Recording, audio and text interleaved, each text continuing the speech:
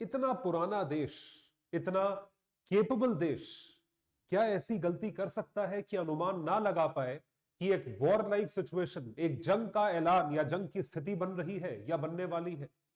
क्या इस लड़ाई में कुछ गलतियां थी उस देश की और हम इससे क्या सीख सकते हैं? हमारे लिए क्या सीख है, जानेंगे इस वीडियो में। Ladies and gentleman, boys and girls, मैं हूं आपका दोस्त एजुकेटर, मेंटर सांघी सर, और आप सभी का स्वागत है रीच यूपीएससी पर। एक नई शुरुआत के साथ चैनल को जरूर सब्सक्राइब करें और इसी के साथ साथ घंटी वाला बटन भी दबाएं। तो इशू देखकर, नाम देखकर तो आपको पुराना लग रहा होगा, इशू क्या पुराना हो गया, लेकिन ऐसा नहीं है। इसका इतिहास जानेंगे और आपको बताएंगे डीप रीजन कि ऐसा क्यों हुआ। इजराइल फिलिस्तीन का कॉन्फ्लिक्ट या जो लड़ाई है वो किस तरीके से चली आ रही है। जो मैप आप मेरे लेफ्ट पे देख रहे हैं ये इजराइल का प्रेजेंट डे मैप है, और इजराइल का प्रेजेंट डे मैप जो है इसके और ये छोटी सी जो स्ट्रिप है, दिस लिटिल स्ट्रिप, इसके बीच में कॉन्फ्लिक्ट है। So the conflict is with in this strip. इसको कहा जाता है गाजा स्ट्रिप। तो गाजा स्ट्रिप और इजराइल के बीच में जो है वो ये कॉन्फ्लिक्ट या टिफ लाइक सिचुएशन हुई है। अब ये टिफ लाइक सिचुएशन तक कैसे बात पहुंची, इस पे चर्चा करने से पहले आइए जानते हैं थोड़ी सी हिस्ट्री। आपको लेकर चलते हैं सन 1948 में।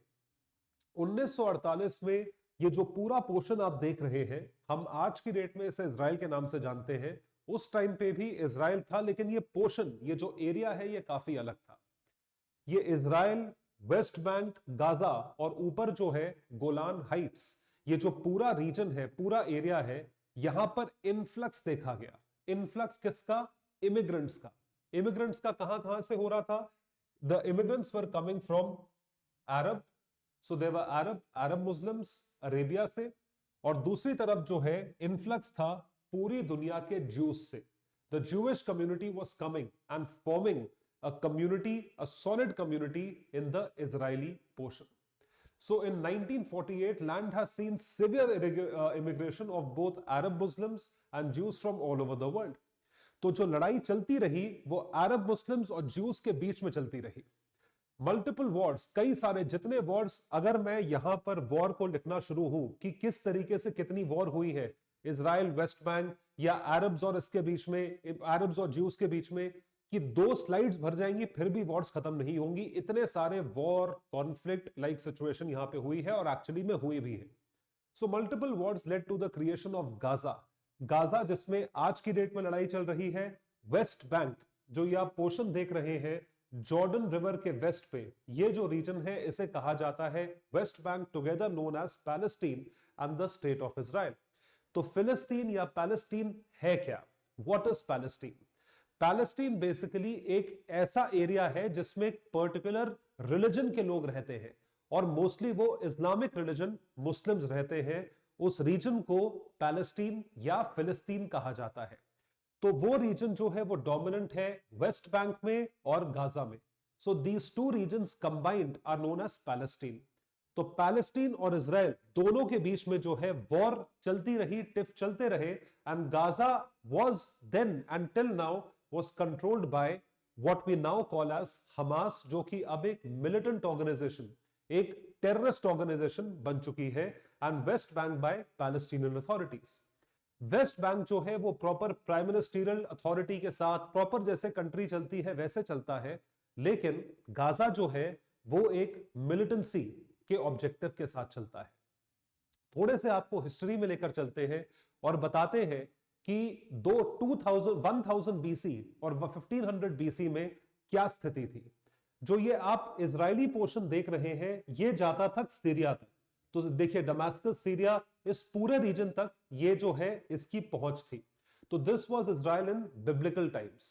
उस टाइम पे कुछ, तो इस टाइम पे जो 2000 बीसी या 1000 बीसी की हम बात करते हैं तब इस्लाम एग्जिस्ट नहीं करता था। So there was no Muslim community per se, there was no religion.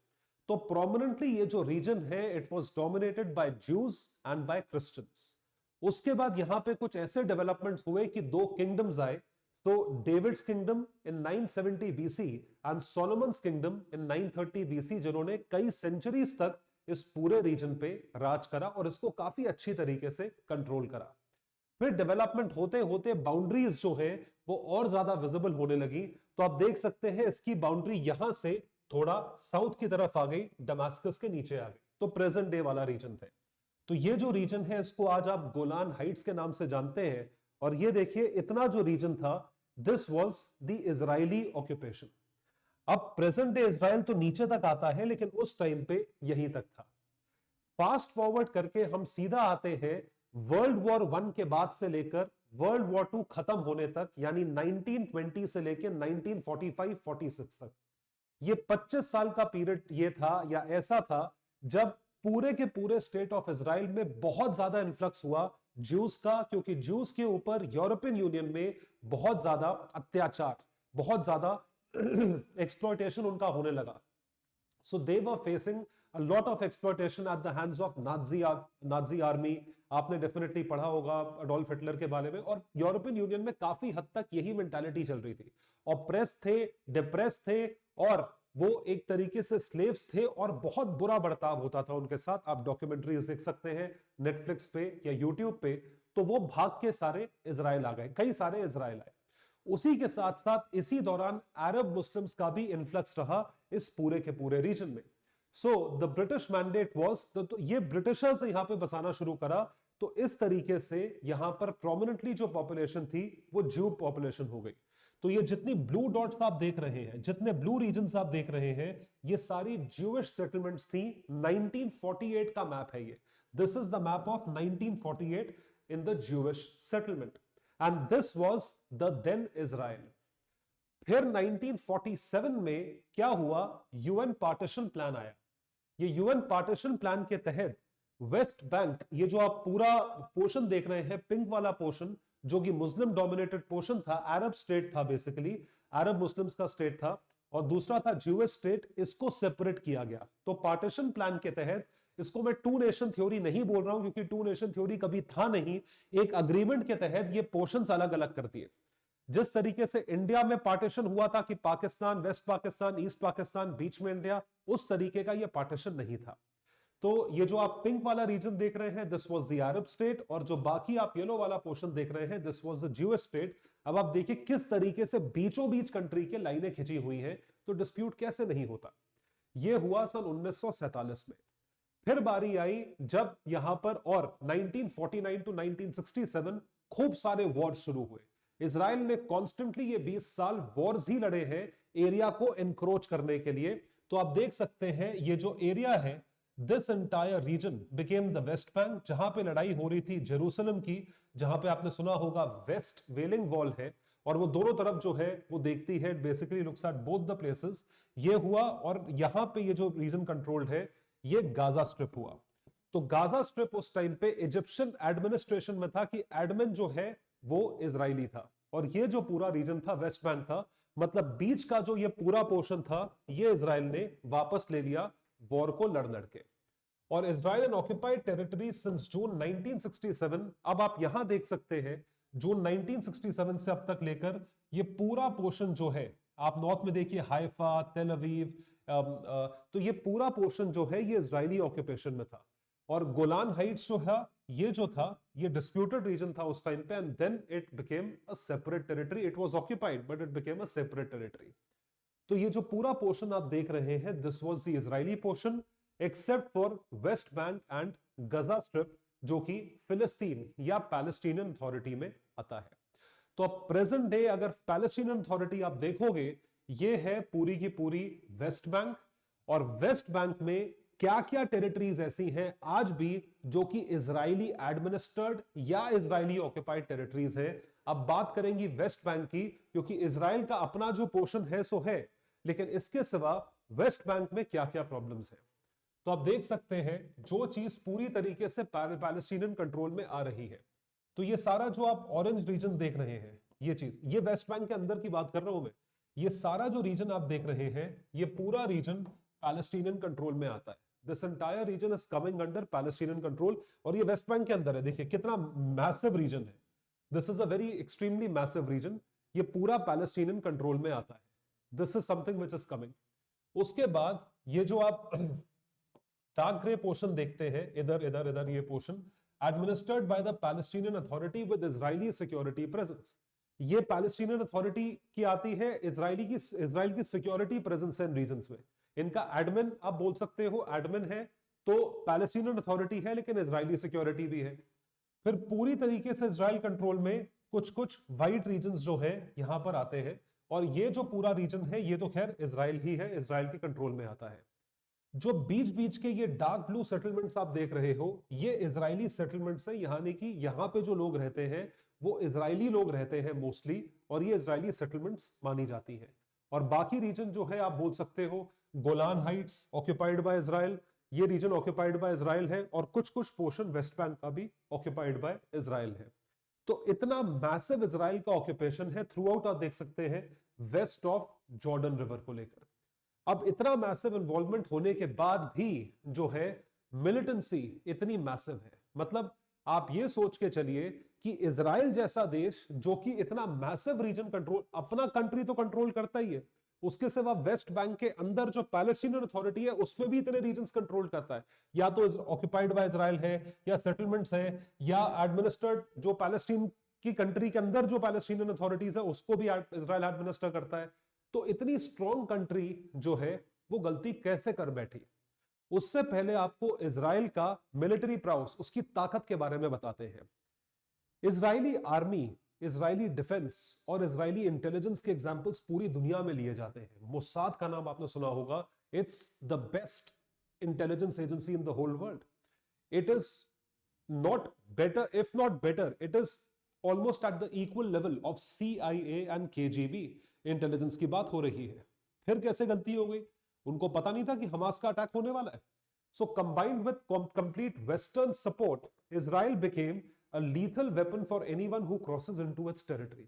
lethal weapon मतलब अच्छा खासा ये शिकारी का शिकार करना जानते हैं बहुत अच्छे से। और ये lethal weapon कैसे बना? इनकी मिलिट्री प्राउस देखिए, इतनी जरा सी कंट्री, मतलब आप ये समझ के चलिए गोवा की साइज की कंट्री होगी, दे हैव 1,73,000 एक्टिव पर्सोनेल जो उनकी कंट्री को गार्ड कर रहे हैं। उसके सिवा तकरीबन 4,65,000 जो पर्सोनेल है वो पूरी दुनिया में फैले हुए हैं, जो उनके एक इशारे पे कभी भी आके वहां पर सपोर्ट कर सकते हैं। These are military personnel with a defence budget of $24 billion, $24 billion. सिर्फ कॉन्टेक्स्ट देने के लिए आपको बताऊं, सऊदी अरेबिया का मिलिट्री या डिफेंस बजट $70 बिलियन है, और वो कितनी बड़ी कंट्री है आप इनको देखिए। इजरायली डिफेंस बजट $24 बिलियन का है, और इसमें क्या क्या है? 240 fighter aircraft, 2200 tanks, superior air जो यूज करते हैं, land and naval power when compared to any other country of the region। Country of the region छोड़ो, पूरे मिडिल ईस्ट में इतना प्राउस किसी के पास नहीं है, सऊदी के पास भी नहीं है। It is far more sophisticated, it is far more sophisticated in its intelligence and military infrastructure. ये हम जानते हैं, इंटेलिजेंस का तो कोई मुकाबला है ही नहीं। मोसाद को बदला देना होता तो किस तरीके से बदला देती है, आप कभी म्यूनिक फिल्म देखिएगा किस तरीके से। तो कहने का मतलब यह है कि इतनी मिलिट्री पावर होने के बाद, इतना बड़ा एरिया कंट्रोल करने के बाद, ऐसा क्या हुआ कि इजराइल गलत चला गया? What went wrong? तो क्या didn't they see it coming? क्या उनको पता नहीं था कि यह चीज उनकी तरफ आ रही है? So despite being a superior power than Hamas, Hamas क्या है? हमास एक मिलिटेंट ऑर्गेनाइजेशन है नक्सलवादियों की तरह, और वो भी एक ऐसे रीजन में रहते हैं जो रीजन इनका कंट्रोल नहीं है, और उनको तो कोई ऐसे इंडिया पाकिस्तान की तरह इशू भी नहीं है, मारने को 1 मिनट में मार दे। और Palestine, Israel is constantly attack, Israel के ऊपर कांस्टेंट अटैक्स होते रहते हैं। आज की बात नहीं है, 50 साल का हिस्ट्री है, उठा के देख लीजिएगा।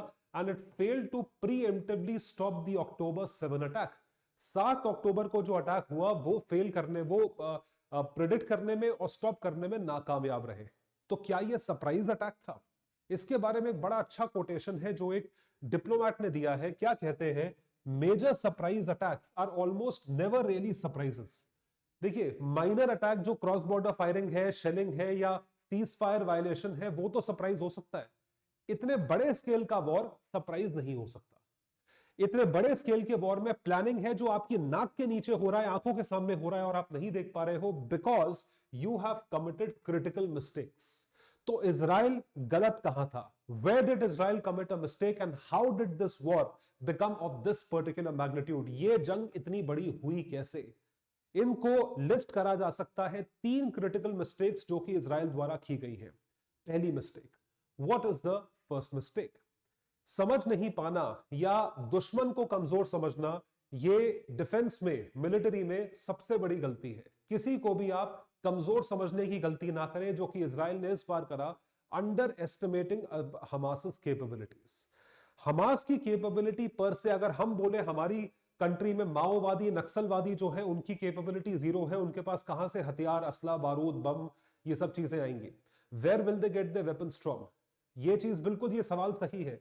लेकिन अगर हम बोले उनको चाइना का पूरा सपोर्ट है, सीपीसी का सपोर्ट है, उनके पास इन्फ्लक्स इतना मैसिव है via Bangladesh, via Nepal, via Tibetan border, उनको जो है ये चीजें आम सप्लाई किए जा सकते हैं, ये अगर हम अनुमान ना लगा पाए तो हम उनकी कैपेबिलिटी को अंडर एस्टिमेट कर रहे हैं। इजराइल ने यही करा।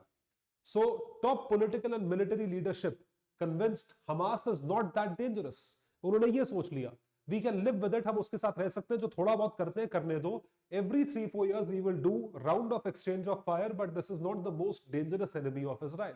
ये डेंजरस एनिमी नहीं है। लेकिन वो ये नहीं देख पाए कि हमास को, भाई ऐसे मिलिटेंट ग्रुप को किसी का तो सपोर्ट है, उस जरा से रीजन में बैठ के, जरा से आधे इंच के घर में बैठ के तो वो इतने आर्म्स नहीं ला सकते। तो आर्म्स कौन प्रोवाइड कर रहा है? Arms are being provided by Iran, the kingdom of Iran, they are being provided by Tehran.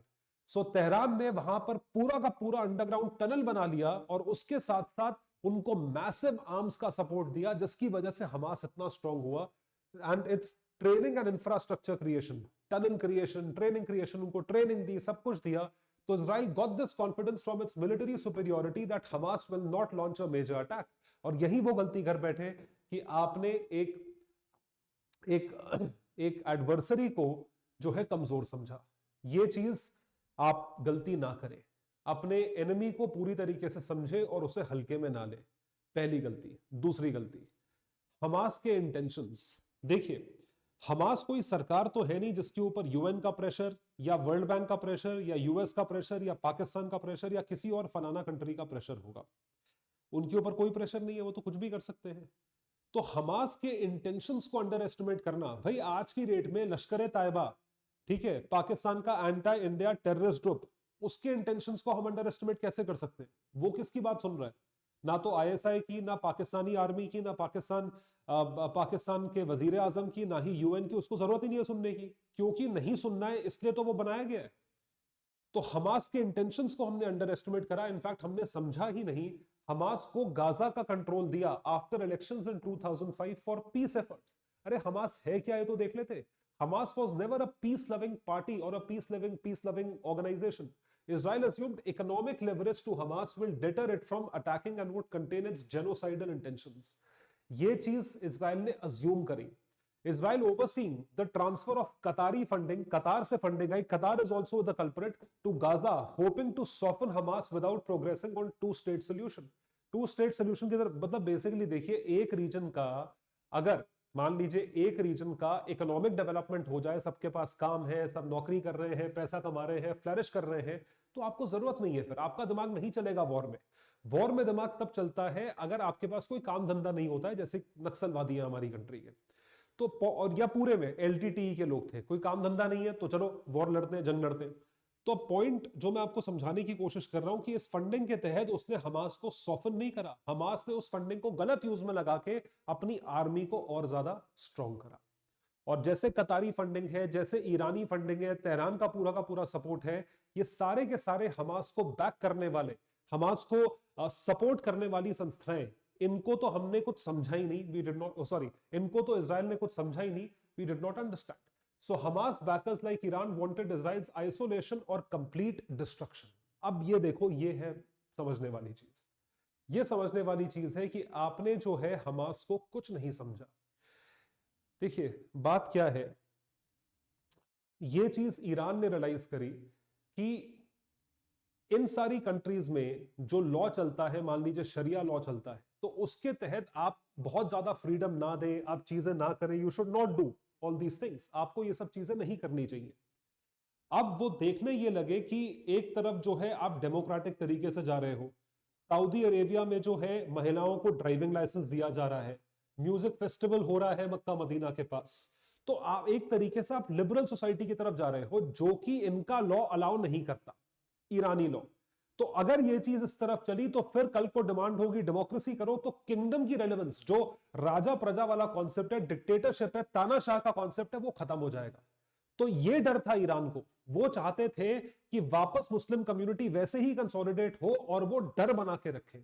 तो डर बनाने के लिए उन्होंने जानबूझ के हमास से अटैक करवाया, क्योंकि अगर हमास अटैक करेगा तो इजराइल भी चुप नहीं बैठेगा, फिर इजराइल अटैक करेगा, then the entire community will come together and it will fight Israel. So they will not let these things happen. They will stay conservative in their mindset, जो कि ईरान जैसा dictatorship चाहता है। So Hamas wanted Israel's counter attack, which could be used for information war and reignite Middle East. Middle East को इकट्ठा कर देगा on religious lines कि धार्मिक तौर पे आप वैसे ही रहो जैसे थे, ज्यादा फ्रीडम मत दो अपने लोगों को, ज्यादा एक्सपेरिमेंटल मत बनो, and give breathing space to Islamic fanatics. Islamic fanatics होने चाहिए according to Iran in rapidly evolving Middle East. तो इस चीज को बनाए रखने में the October 7 attack was to start a war. October 7 attack कोई मजा चखाने के लिए नहीं था, जानबूझ के करा, क्योंकि हमास को यह पता था कि हम अटैक करेंगे तो इजराइल रिटेलिएट करेगा ही करेगा। And it was not to bring peace, it was not to do anything, the motive was to unite Middle East. The motive was to reignite the Middle East and to promote Islamic fanaticism. So after US brokered peace deals, Abraham Accord, या जब Arab uprising नाम की चीज हुई थी between Israel and UAE, Bahrain, and continued progress on Saudi-Israel peace, including signing of IMEC. IMEC आपने देखा होगा, G20 दिल्ली में अभी साइन हुआ है, इंडिया, मिडिल ईस्ट, यूरोप। तो अब ये चीजें हैं, ये डेवलपमेंट की तरफ फोकस कर रही हैं। तो ये सारी चीजें जो है ये उनकी पावर को खत्म करती हैं, ईरानी किंगडम को खत्म करती हैं। इसको स्टॉप करने के लिए ये प्रॉब्लम जो है ये सामने आई। तो अब मैंने जब जितनी भी इसकी स्टडी करी तो मुझे क्या समझ में आया कि इस चीज का कोई सोल्यूशन तो है नहीं। हमास भी ऐसे ही रहेगा, गाजा भी ऐसे ही रहेगा, वेस्ट बैंक भी ऐसे ही रहेगा, आपस में लड़ते रहेंगे और उसको वैसे ही सपोर्ट मिलता रहेगा। बट यहां से सीख क्या मिलती है? What is the lesson to be learned? This is the key factor that given the complexity of the conflict, with some wanted Islamization of territory with anti-Semitist values, anti-Jewish values, and others wanted a Jewish state for people of Israel, जो कि बिल्कुल fair ask थी। Involvement of interest of regional and global powers has only complicated it further, क्योंकि फिर middle east आ गया, Iran आ गया, वहां से यूएस इजराइल के सपोर्ट में आ गया। However, one clear lesson learned in this attack is to not take regrouping of enemies as usual business. इसको एक आप business as usual लेकर आगे ना बढ़े। रीग्रुप अगर एनिमीज हो रहे हैं, रीग्रुप का मतलब है एक एनिमी को सपोर्ट करने के लिए दूसरा एनिमी आ रहा है या दूसरा देश आ रहा है, तो don't take it lightly, take it seriously. तो इस चीज को देखते हुए अब यूएस ने बोला भैया रशिया यूक्रेन का वॉर अब खत्म करो, बहुत हो गया। यूक्रेन को बोला बैकआउट करो, क्योंकि अब पूरी की पूरी इकोनॉमी दुनिया की बैठ जाएगी, तब आप बैकआउट करोगे क्या? What will you do? So any threat intelligence must be addressed for the safety of a fragile state like Israel. और इसी चीज की तरफ जो फोकस है और इसी चीज की तरफ जो है सब लोग बढ़ रहे हैं। So lessons to be learned are highly highly important. इन लेसन्स को लर्न करके बैठे ना और इसको अप्लाई करें ताकि आगे चल के ये गलती ना हो। तो I hope you like the topic. Thank you so much. Do subscribe और कमेंट करके बताएं आपको और किन चीजों पे वीडियोस देखते हैं। Bye everyone, take care and all the best.